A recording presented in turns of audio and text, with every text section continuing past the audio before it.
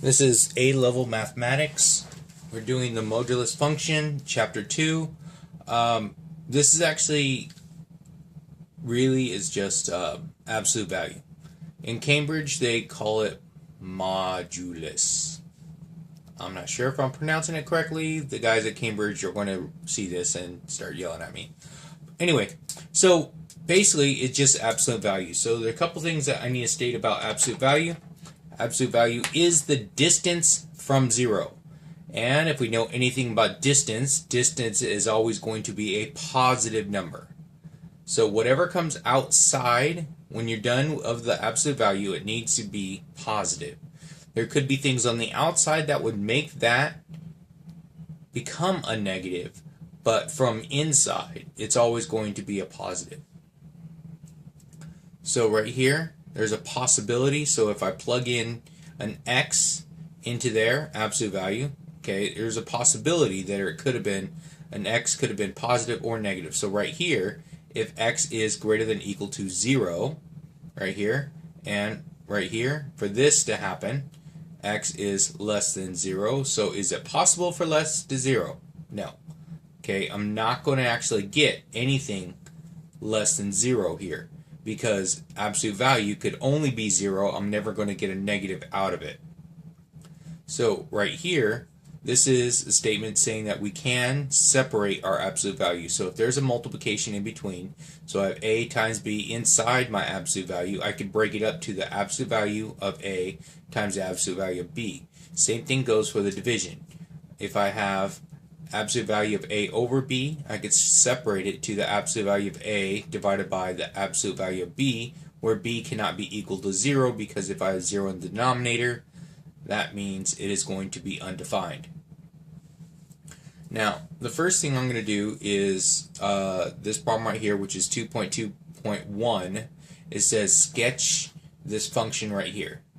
So the basis of just sketching it would be doing two different things. We know that absolute value has to be positive.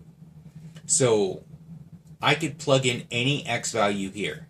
So any x value can go in, but my output of this has to be positive.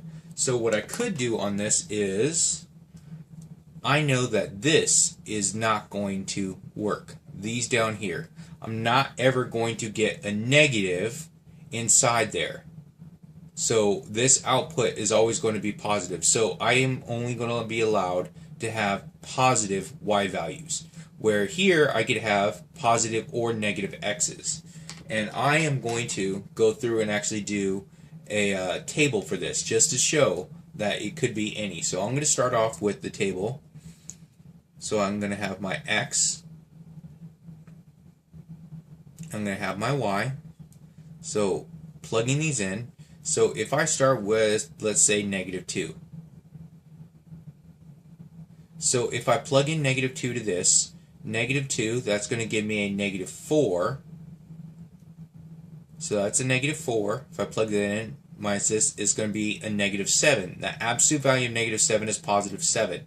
That's going to be 1, 2, 3, 4, 5, 6, 7. It's going to be way up here. -1. So -1, if I plug in -1 here, I get a -2, and -3 is -5. And -5, the absolute value will give me a positive 5. So absolute value of that -5 is that positive 5. Now, let's start with my 0. I'm not putting it down here because my graph only goes up to 4. Alright, so if I plug in 0, right here, 2 times 0 is 0, minus 3 is -3, absolute value -3 is 3. So I have my first point that fits on my graph of 0, 3, 1, 2, 3. So this is going to be a point here. Let's go with positive 1. That's going to give me 2 minus 3.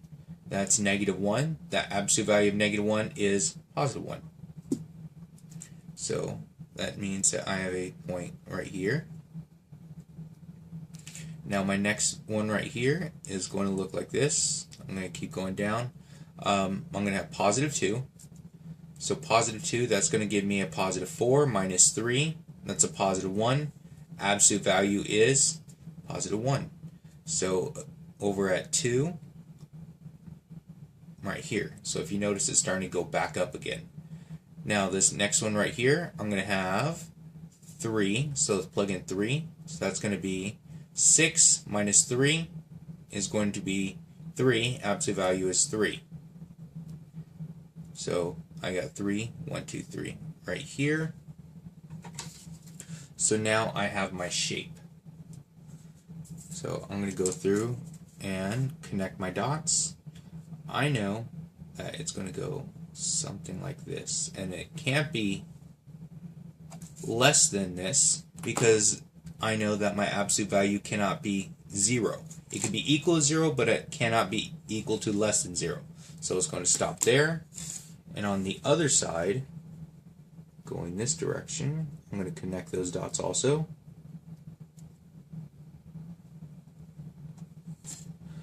So there is a graph of my absolute value of 2x minus 3 using a table here, and the identity that I cannot have, my output of this cannot be negative. So I know it cannot be down here, and so at this point right here it's going to turn the direction.